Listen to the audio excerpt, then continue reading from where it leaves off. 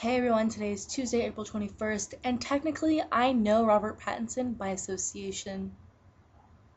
Bump what you heard. For a topic this week, I was supposed to have politics, I believe, but I really wanted to talk about something, so Steph offered to switch with me, and she had wild cards, so basically Steph will be talking about politics next week, and then on Saturday, and I'll be talking about the wild card thing today. So yeah. So the film How to Be, I saw it on Saturday, uh, and it was part of the Tallahassee Film Festival, and I go to school in Tallahassee, and the director and two actors from the film and the music producer, they were there at the screening, and they did a Q&A afterwards, and I got to talk to them, I got to meet them, and it was really, really awesome. I loved it. Yeah, so I'll show you some pictures now. And basically, the movie How to Be is about this character named Art, and that is played by Robert Pattinson from Twilight. And basically, he's going through like not a midlife crisis, a quarter life crisis, and things just aren't going that way. Things aren't going his way. He kind of regrets his childhood. He doesn't like the way he was raised. He doesn't agree with his parents. His parents don't treat him like a real son.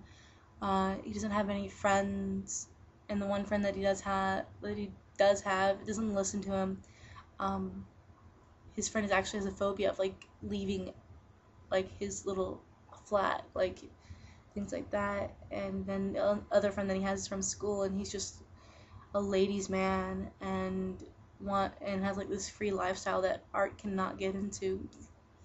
And Art is hung up on his ex-girlfriend and things like that, and so he wants to try and make himself happy, so he thinks like buying a car will make him happy, so he spends like half of his inheritance on buying this Camaro, and he thinks it'll make him happy, but it isn't really. So he starts getting into self-help books, and he buys this one by Dr. Ellington, who's a Canadian therapist, and he gets really into it and does like different things in the book that says like to interact with like your family, but his family doesn't want anything to do with him, so he decides that maybe he should take this a little further and have Dr. Ellington come to him. So he gives Dr. Ellington £5,000 for him to fly over to England and stay with him, and he does so, and basically like Dr. Ellington follows Art around, and he goes to everything he does and just analyzes it and tells him what to do in certain situations. And like his family and his friends are also like, what are you doing? Why are you here? You don't need this. He's just creepy, and he really was creepy.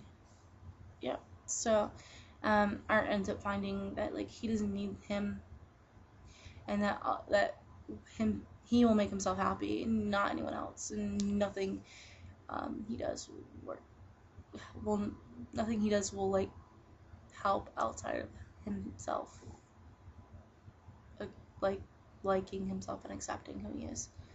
So it's kind of like a coming of age type of thing. But yeah, my opinion on the movie, it was really, really funny. I loved it, and I think Robert Pattinson is really underestimated, especially since Twilight, because I think Edward Cullen is just such a dull character in the film. I mean, the way the film was laid out to be is like all this happens in like 1 month, but in the book it happens in like 4 or 5 months, so it's really ridiculous.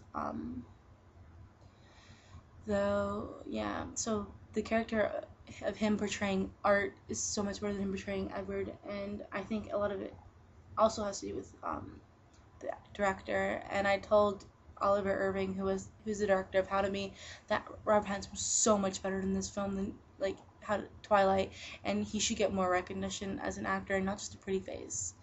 So yeah.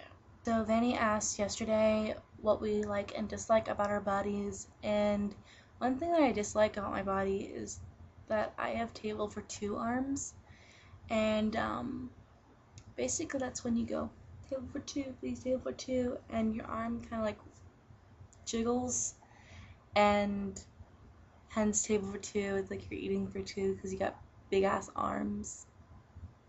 get that what I'm saying? But yeah, I have table for 2 arms that I take off my jacket and show you, but it's not very attractive. Yeah. One thing, well, what I do like about my body is like my face.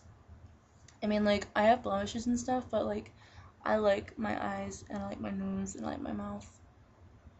That's all that really matters, isn't it? Yeah. So it's like this. I don't like this. Everything else is okay, I suppose. As for favorite person, I don't have a particularly favorite person. I have like, I don't know. Like, I suppose what you mean by favorite person, you mean like best friend. I've like, I don't have like a particular best friend, like one that's been there forever and ever. I've had friends that I've considered best friends, but like they come and go. Like I had a best friend throughout high school, and she lives in New York now, and I don't ever talk to her. Yeah, so, and like I have really good friends right now that I like trust a lot. So, I guess I count them as my favorite people, but I don't have a particular person. No, I don't like ruling out people, kind of like that. An embarrassing moment. Okay, so last semester I took public speaking, and one of our speeches was you have to go to the British Museum and you have to give a tour of it, and they have to like 3 objects and things like that from the museum, and you have to take the class on a tour. So I had to give my speech on a Tuesday, and so on a Sunday I went to the British Museum by myself and I was practicing, and like I ran through it in like maybe like 5 minutes because I can't really talk to myself. It looks kind of awkward, and it's supposed to be a 10-minute speech or more, so basically I just ran through it real quickly in my head, and that was about it. And so me being from Florida, flip-flops are something that I always wear.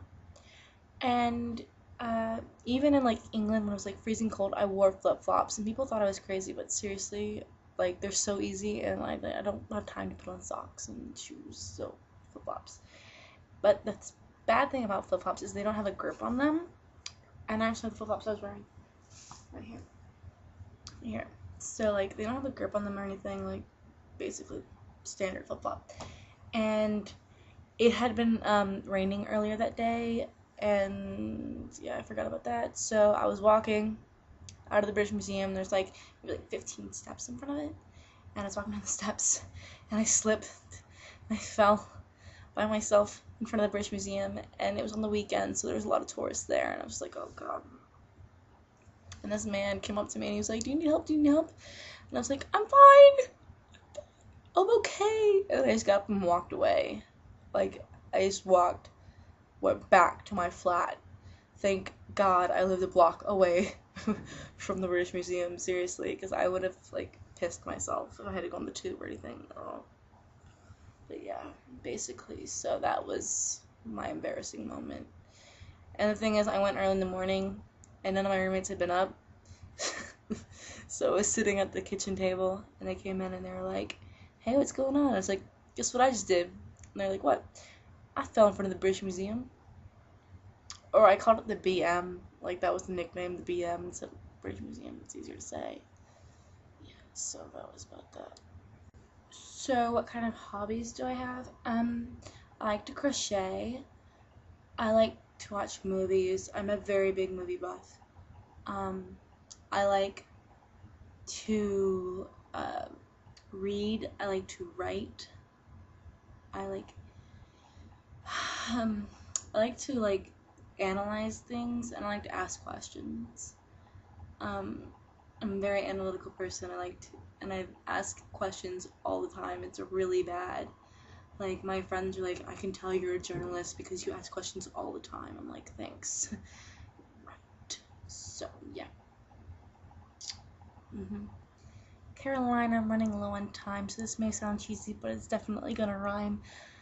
I'm gonna rhyme like binders bind and miners mind and finders find, but just so you know, you'll always be my sunshine.